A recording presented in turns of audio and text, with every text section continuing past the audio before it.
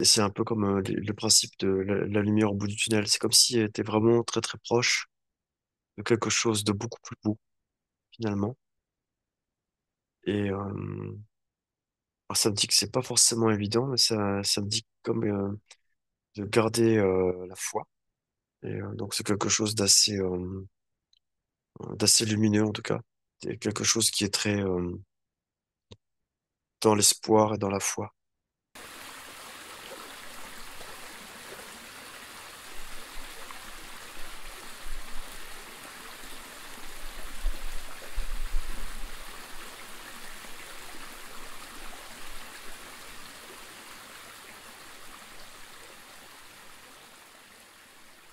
Un immense cristal de quartz. Euh, il y a des gens au sol de cette grotte. La grotte semble assez grande. Il y a plusieurs cristaux. Le cristal de quartz le plus grand est immense et les gens, ça me dit, sont à peu près 40 fois plus petits. Le quartz est à peu près 40 fois plus grand que des individus qui sont au sol de cette caverne. Le sol semble tapissé de quartz dans des petits morceaux, très brillants, très scintillants. Donc là, j'observe, j'isole et j'observe un individu qui porte un vêtement. Ça ressemble un petit peu peut-être à des choses qu'on pourrait voir dans des films sur le Moyen Âge. Une espèce de toile marron, euh, finalement assez grossièrement coupée. Quelque chose qui pourrait s'apparenter à quelque chose du Moyen Âge et c'est parfaitement humanoïde. Ah, alors, en apparence en tout cas, je vais observer quand même si euh, l'entité ou la personne que j'observe est OK. Si c'est quelque chose qui me semble, alors peut-être pas interférent, mais on va dire que c'est quelque chose du registre du reptile, donc avec une apparence humaine. Si on regarde dans le fond de l'œil, c'est reptilien, un œil avec une fente. Je regarde en transparence. J'observe cet être. Pour l'instant, cet être ne me voit pas. Je vérifie des informations en même temps. Alors, effectivement, c'est comme si l'on me montrait que cet être, en quelque sorte, là pour trahir quelque chose de ce registre. De taille, je n'ai pas d'éléments de comparaison, mais de taille, il semblerait que ce soit des êtres qui ont à peu près une taille humaine actuelle. Ça me dit 2 mètres, 2 mètres 20. D'accord. Si je demande, ça me dit plutôt ça. Donc, dans les 2 mètres, 2 mètres 20, donc un peu plus grand peut-être que des humains. Et celui-ci semble faire partie d'un collectif venu pour trahir. Alors, je prends les informations en même temps pour savoir trahir qui et examiner plus la scène pour savoir exactement à quoi j'ai affaire. Il y a quelque chose, euh, ça me parle de quelque chose du registre de la Lémurie, ou quelque chose comme ça. Et il y a une notion de savoir, de connaissance.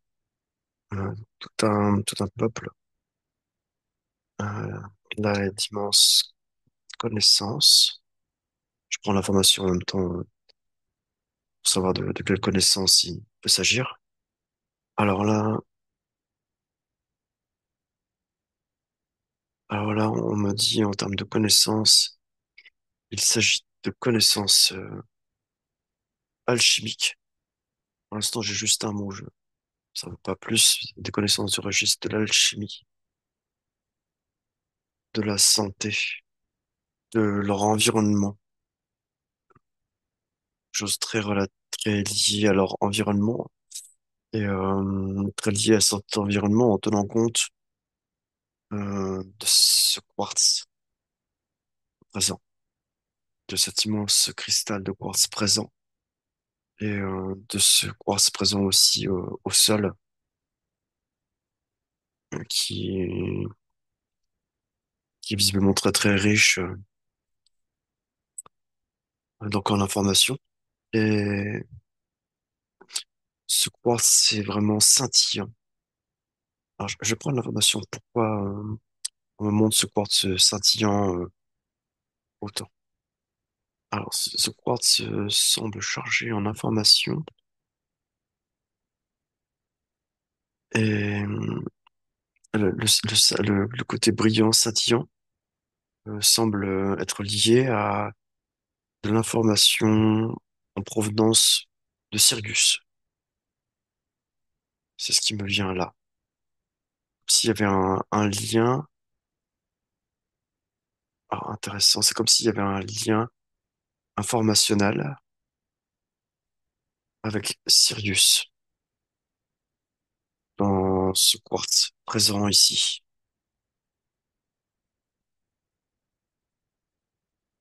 Et c'est comme si, dans la tentative de trahison que j'observe de cet humanoïde, un reptile à quand même apparence humaine, j'ai l'impression qu'il vient donc trahir dans le sens faire un contrat avec un représentant de de ce groupe d'individus vivants-là. Et c'est comme si, donc il y a une complicité, il y a une complicité du représentant pour trahir son peuple, donc en le coupant des informations originelles provenant de Sirius. Et là, ça montre que, en futurisant un tout petit peu cette scène, c'est comme si finalement ce même quartz, ce même cristal de quartz, en représentation, n'était plus qu'une pierre, plus qu'un minéral dans l'esprit. Et c'est comme s'il perdait la noblesse de son information par euh, la façon dont, comme si on avait coupé le mode d'emploi pour accéder à la connaissance de, informationnelle dans ce quartz. Et comme si on en avait coupé vraiment cette provenance de Sirius qui semble être vraiment essentielle. C'est comme s'il avait à la fois perdu une grosse partie de l'information, ça me dit 70-80% de l'information originale. Et c'est comme si en même temps, par ce contrat, cette trahison, il y avait en même temps une perte pour ce peuple. C'est comme si après le cristal n'était plus qu'un cristal avec une apparence donc d'un minéral, mais sans information à l'intérieur. Comme si le fait d'avoir coupé ça les avait directement, au même moment, privés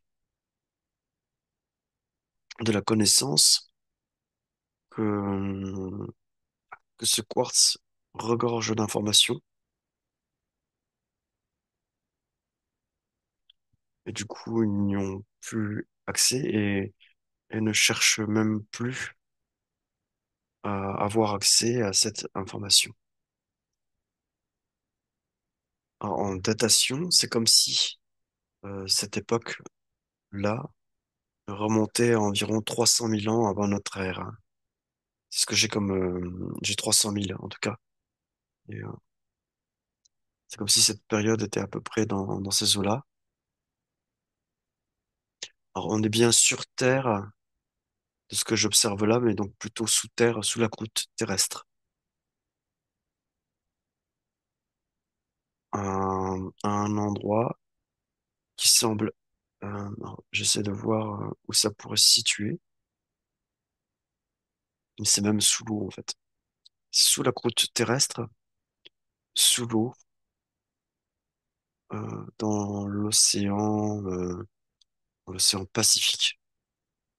Oui, il me semble que c'est l'océan Pacifique, donc l'océan qui aurait on serait en gros au sud euh, de l'Asie, chose comme ça. On serait au sud de l'Asie. Et ça me montre, alors c'est assez marrant parce que ça me montre en même temps que le côté quantique, dans le sens où cette scène semble avoir dû à quelque chose qui correspondrait à 300 000 ans avant notre ère, et qu'en même temps, elle se déroule sur un temps, sur le même temps que le nôtre, dans un espace quantique. C'est comme si ça me montrait plus, ou si je me mettais plus en évidence le caractère quantique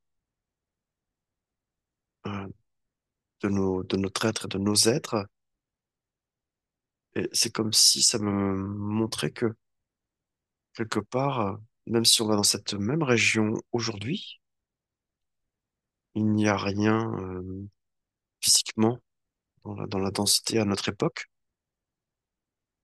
mais il y a au même moment, donc à cette époque, quelque chose. C'est comme si à cet endroit, il y avait une fragilité. Ah, d'accord. Une fragilité dans l'espace-temps qui permettrait plus facilement comme d'avoir accès à, à, à passer d'un plan à l'autre. Et ça me parle tout de suite de portail, hein. C'est comme si à cet endroit, il y avait un portail qui, du coup, comme une porte des étoiles, hein, en quelque sorte, et qui, en quelque sorte, permettrait de plier l'espace-temps comme une feuille, comme on plie une feuille. On va dire une feuille serait comme ça. Et si on veut accéder de là à là, je sais pas si on verra à la caméra. Donc, si on voulait accéder de là à là, ça ferait loin. Et le fait de plier cette feuille, on pourrait accéder de là à là en faisant un espace plus petit. Et ça me montre quelque chose de ce registre. Donc, dans cette zone qui semble être donc dans l'océan Pacifique, au sud de l'Asie. Là, j'ai l'impression même qu'on serait au sud de la Birmanie ou quelque chose comme ça. C'est- j'essaie de voir, mais j'ai l'impression qu'on serait au sud de la Birmanie. Et que ça a l'air quand même assez, ça a l'air quand même assez vaste. Et ça me montre quand même assez finalement éloigné des côtes de la Terre. Ah ouais, c'est marrant, ça me montre qu'à cet endroit, c'est comme si oui, ça me montre un petit peu ce passage. Donc c'est comme si ça me montrait donc d'un côté, je sais pas si on verra, mais dans notre Terre matérielle dans l'ici et maintenant. Et c'est comme si il y avait donc cette même Terre dans l'ici et maintenant à cette autre époque qui était comme collée et que comme si on collait deux ballons et qu'il y avait une petite surface de contact entre les deux ballons. Et c'est comme si cette surface de contact, en fait, est un passage plus facile, comme une partie de l'univers plié. Donc, comme s'il y avait quelque chose de plus aisé pour, pour aller de cet espace à l'autre espace. D'accord. Là, oui, il y a ça me montre en même temps. Là, je prends l'information en même temps, mais c'est comme s'il y avait voilà, une possibilité quelque part de voyage par là. Alors, ça a l'air de montrer quand même quelque chose qui a l'air d'être quelque chose d'un peu clé, on va dire. Ça avait quand même une grande importance. Et c'est comme si c'était quelque chose qui se jouait donc à ce moment-là dans un certain espace-temps, qui a des répercussions dans la densité, dans la matière aujourd'hui. C'est comme si à ce moment-là, il y avait une importance dans ce qui s'est déroulé, dans cette trahison qui a eu lieu, que j'ai pu observer. Il y a effectivement quelque chose d'important dans le sens où j'ai pas l'impression que ce soit la seule fois qu'on se soit, enfin, qu'il y ait des choses comme ça qui soient venues interférer euh, dans, dans l'histoire de la Terre.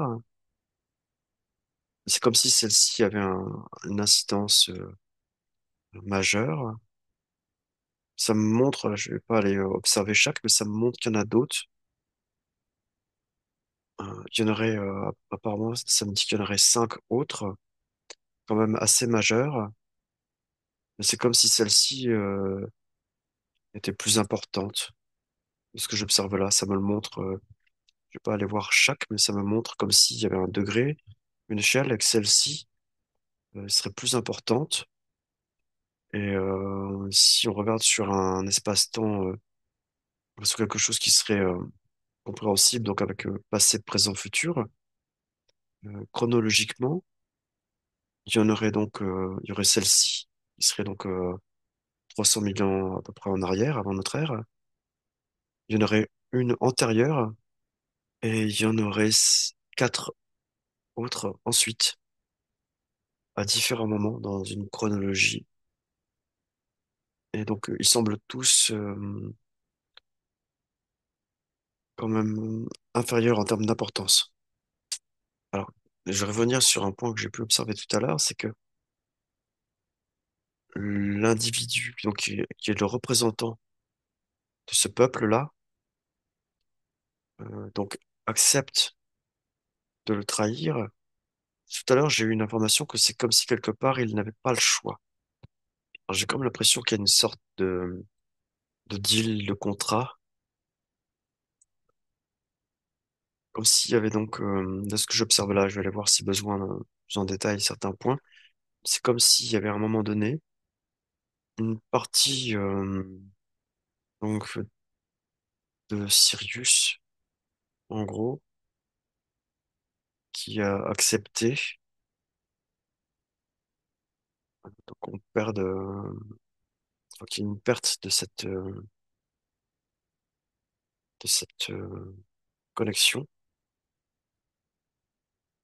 Alors, c'est comme s'il y avait à la fois, j'ai l'impression qu'il y a deux choses. C'est comme si, donc, du côté de Sirius, ça a l'air très, très, très lumineux et un petit peu bleuté. Comme une lumière un petit peu bleutée, mais naturelle. Comme de la glace, quelque chose comme ça. Et donc, cette information, cette partie-là, aurait accepté ça et fait ça, en gros, à la fois pour qu'il y ait quelque chose du registre, perdre la connaissance, oublier qui sont enfin, pour ces êtres, oublier qui ils sont, voilà, oublier qui ils sont pour mieux, pour mieux redécouvrir qui ils sont comme quelque chose qui semble avoir une importance dans ça. Et c'est comme si en même temps, il y a autre chose qui ressort, c'est comme s'il y avait une volonté de voir comment allaient procéder ces interférents. Et ça me dit surtout, c'est jusqu'où ils allaient aller, jusqu'où ils allaient pouvoir aller. Oui, il y a une notion comme de piège, quelque chose comme ça. Donc c'est comme si ouais, il y avait une volonté donc de laisser couper, puisque finalement la reconnexion à leur essence elle est d'autant plus bénéfique, et à la fois d'observer comment va procéder l'interférent et jusqu'où il va pouvoir aller pour apprendre. Et ça m'indique aussi il y a une notion de pour que plus jamais ça ne se puisse, pour que plus jamais ça puisse se reproduire. Alors ça montre encore ces deux espaces temps finalement. Ça me montre même d'autres, c'est assez intéressant. C'est comme si, alors, ça me montre vraiment, je sais pas si on verra à l'écran, mais ça montre comme s'il y avait notre Terre maintenant, et notre Terre à cette époque. Donc comme collées, elles sont comme collées l'une à l'autre, et il y a comme ce passage, cette porte des étoiles à ce niveau-là, par une courbure de l'espace-temps, une pliure de l'espace-temps, qui permet de passer plus facilement d'un endroit à l'autre. Ça me montre qu'en même temps, dans ce même endroit, il y a d'autres espaces-temps encore qui sont disponibles. C'est comme si dans cette même zone, alors ça me montre une terre, deux terres, ça me montre une succession de terres comme un collier de perles, et toutes collées les unes aux autres par ces points où finalement en faisant un peu comme deux ballons collés l'un à l'autre, une surface plane qui semble être voilà, une porte des étoiles ou du moins une courbure de l'espace-temps qui permet d'accéder plus facilement d'un plan à l'autre. Et c'est comme si du coup il y avait accès à plein d'espace-temps à ce même endroit. Et ça fait comme si, alors je sais pas si on verra là, mais ça fait comme si au lieu qu'il y ait juste une courbure pour accéder d'un plan à l'autre, on a comme une succession de courbures comme ça à cet endroit-là. Et c'est comme si ça faisait un peu comme un millefeuille, et qu'à cet endroit-là, il y a de nombreuses époques qui sont accessibles. Et donc, ça a l'air très important comme zone. Alors, quelque chose que j'irai vérifier parce que on n'est pas l'information géographique de ça. On dirait que c'est quelque chose qui ressemble un peu à ce qu'on appelle le triangle des Bermudes. J'ai l'impression que c'est quelque chose en lien avec ça. J'irai voir après l'information. J'essaie de partir le plus vierge possible d'informations, que ce soit sur des sujets comme ça ou sur d'autres explorations, d'autres équipes. Donc j'irai voir après et je vais dérouler ce que j'observe là. Donc effectivement, on dirait qu'il y a quelque chose en lien avec ce triangle des Bermudes. Et c'est comme si alors, on a notre Terre maintenant, dans l'ici et maintenant, notre espace-temps. On a cette Terre qui m'est présentée juste à côté, dans cette même zone collée, dans cette courbure de l'espace-temps. Donc la période que j'ai pu observer précédemment. Et ça me montre un avion. Ça me montre un avion, j'ai l'impression qu'il y en a même plusieurs en fait. C'est quelque chose comme ça. C'est comme si un avion qui, à un moment donné, a pris le portail, quoi. Qui serait pas censé pouvoir le prendre. C'est comme s'il y avait euh, des conditions réunies dans notre monde à nous. dans notre espace-temps des conditions physiques réunies, que ce qui ne devrait pas arriver se produise et que cet avion passe dans cette pliure de l'espace-temps, dans cette porte des étoiles, et arrive dans une autre époque. Alors, il y en a plusieurs. Là, ça me montre qu'il y en a, par exemple, un qui est arrivé dans une époque très ancienne. Donc, à grande surprise, j'ai l'impression que les gens se rendent compte progressivement qu'ils sont pas... Voilà, ils voudraient atterrir quelque part, mais il y a trop rien qui va, il y a rien qui correspond.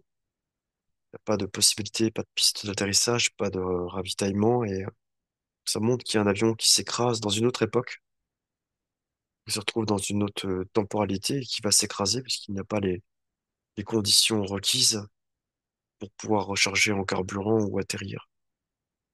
J'ai observé d'autres avions.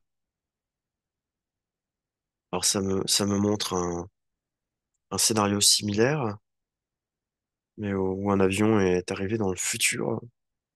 Et ça a l'air, on dirait un futur assez proche finalement, de notre époque, de notre espace-temps actuel.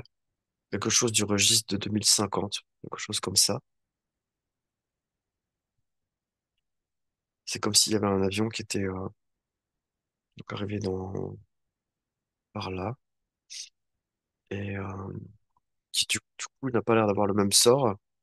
Ça a l'air de plus créer une surprise générale dans la population et dans quelque chose de militaire, de l'ordre militaire aussi, surpris de voir quelque chose qui vole et qui n'est pas, qui devrait pas être là. Du coup, je vais peut-être pas aller voir jusqu'au bout, mais il semblerait qu'il n'y ait pas une issue fatale, mais plus quelque chose qui va être déjà très caché. On va essayer en tout cas de ce que j'observe là. Et, et les gens à l'intérieur ont l'air d'être mis de côté et puis un peu passés sous silence, quoi. Il y a quelque chose de ce registre. Donc, je vais revenir un petit peu, je vais dézoomer un peu sur ce que j'observe pour aller voir s'il y a d'autres choses où il serait opportun de décrire. Voilà, il y en a un autre visiblement qui est encore dans, ça montre une autre ère. C'est comme s'il arrivait dans un décor très ancien et assez volcanique. Notion de volcan, de lave en fusion, des choses très anciennes. Et voilà ce que j'ai pour l'instant comme observation. Donc, en ayant, en ayant pris des informations sur cette pliure multiple de l'espace-temps dans cette zone. Alors, je vais revenir en arrière et je vais aller prendre des informations sur le pourquoi on m'a montré ça d'entrée de jeu, que ce soit donc les premières informations dans cet espace souterrain avec cette population et cette trahison. Et ensuite, donc, le côté quantique avec cet espace où il semblerait plus simple d'aller d'un espace-temps et à un autre. Et ce côté possiblement en lien avec quelque chose du registre du triangle des Bermudes. Et tout à l'heure, quand je suis allé observer donc les avions dans différents espaces-temps, ça m'a montré qu'il y a d'autres endroits du globe où il est déjà arrivé la même chose, ou de faire des choses similaires. Ah, ça me dit tout de suite, on dirait que c'est au Canada, il y a quelque chose comme ça aussi, on dirait. Canada, États-Unis, Chine aussi. Vraiment, il s'est arrivé comme une défaillance, quoi. Moi, je vais aller observer donc le pourquoi on m'a montré ça. Là, il y a quelque chose qui m'est montré, c'est que c'est comme si ça avait quelque chose de très très actuel. Là. Ces histoires donc de quartz, euh, d'informations, de grosses informations qui ont été, de grosses informations qui ont été coupées. Cette histoire aussi que ce soit à la fois difficile, mais à la fois un bénéfice à l'issue de la reconnexion et le caractère voulu de ça. C'est comme si c'était quelque chose, voilà, d'actuel dans notre espace-temps à nous. Même si là, ça se passe dans un autre espace-temps, c'est comme si ça avait une grande importance maintenant. Et c'est comme si des choses étaient sur le point de revenir dans une connaissance plus noble,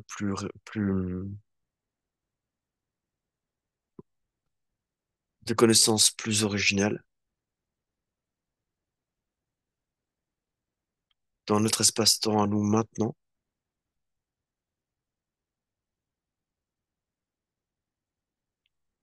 D'accord, alors j'essaie de comprendre pourquoi, mais donc c'est comme si donc il y a eu donc une volonté de trahison, il y a eu un accord pour laisser trahir la partie donc qui est supérieure au niveau des parties de Sirius ont donc laissé faire, mais sont dans un autre espace-temps, on dirait. Alors ça dit, ouais, c'est pas la même, c'est plus lent. Et de leur point de vue, c'est comme s'ils avaient déjà résolu une partie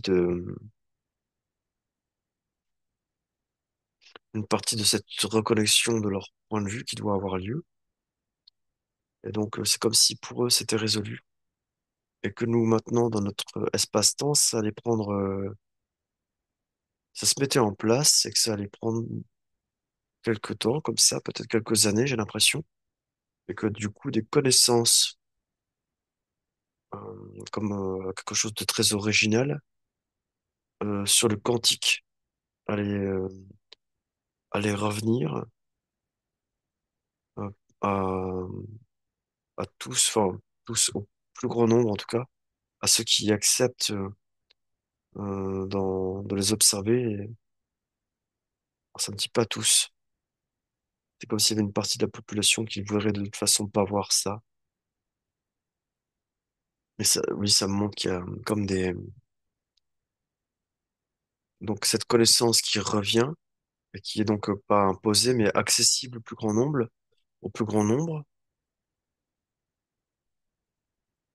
Alors ça montre que ceux qui souhaitent avoir accès à ces connaissances, y ont déjà accès au moins partiellement,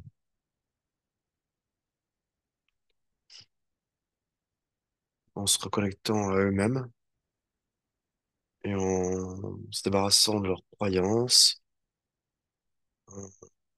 en étant souverain. Il semble aussi qu'il y a une importance d'un retour à la nature, aussi dans cette connaissance, dans l'accès à cette connaissance. Ça montre donc en même temps qu'il y a des gens qui semblent refuser et et c'est OK. Enfin, de ce que j'observe, c'est juste comme ça que ça doit si ça doit se faire comme ça, s'il y a quelque chose de OK là-dedans. Et ça montre que au niveau scientifique, il y a un changement majeur qui semble arriver de manière assez imminente. Ce que j'observe là dans les 2, 3 ans, c'est comme s'il y avait euh, des bouleversements ou des changements majeurs dans un sens qui m'a l'air, euh, voilà, je ferais observer en détail, mais ça m'a l'air complètement OK. Alors, il y a des connaissances euh, il y a comment on va dire, des forces involutives qui ont essayé d'utiliser les connaissances uniquement à leur profit, à la fois de les cacher encore un peu, mais là, ça montre que ça ne peut pas, ça montre que ça ne peut pas être caché. Il y a comme une tentative vaine, en tout cas.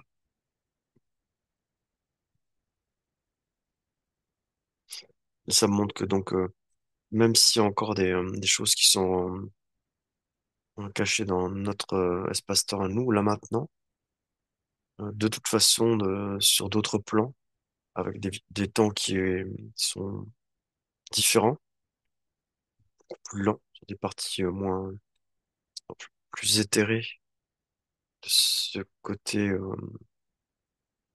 du Sirius, là. C'est comme c'est déjà réalisé, finalement, c'est qu'une question de temps et j'ai l'impression qu'il n'y a pas il y a aucune possibilité que ça n'arrive pas. Ça peut juste prendre plus ou moins de temps. Le temps, alors ça me montre là clairement que le temps que cette réalité s'effondre en matière. Ça montre que là, donc oui, ce futur-là donc est comme déjà là et en même temps, selon les pensées de chacun, les croyances de chacun, des choses assez collectives, le positionnement individuel de chacun, euh, le- le- la façon de s'effondrer, de cette énergie de s'effondrer en matière et de créer dans la densité ce futur où les connaissances sont beaucoup plus accessibles. Ça varie un petit peu donc selon tous ces critères. Donc c'est comme si c'est dans un futur un tout petit peu plus lointain, c'est là et ça peut prendre entre 2 et 3 ans pour arriver. Voilà, en tenant compte de choses qui vont fluctuer, des choix et positionnements de chacun à tout niveau. Alors là, je dirais pour terminer, ça me montre que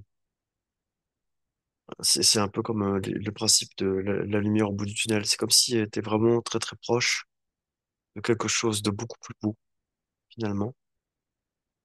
Et alors ça me dit que c'est pas forcément évident, mais ça me dit comme de garder la foi. Et donc c'est quelque chose d'assez lumineux en tout cas. C'est quelque chose qui est très dans l'espoir et dans la foi.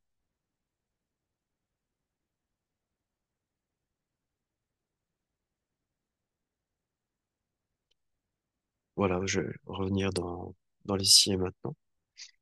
Je vais donc remercier pour toutes les informations obtenues dans cet état de conscience modifié. Et je remercie également tous les spectateurs, spectatrices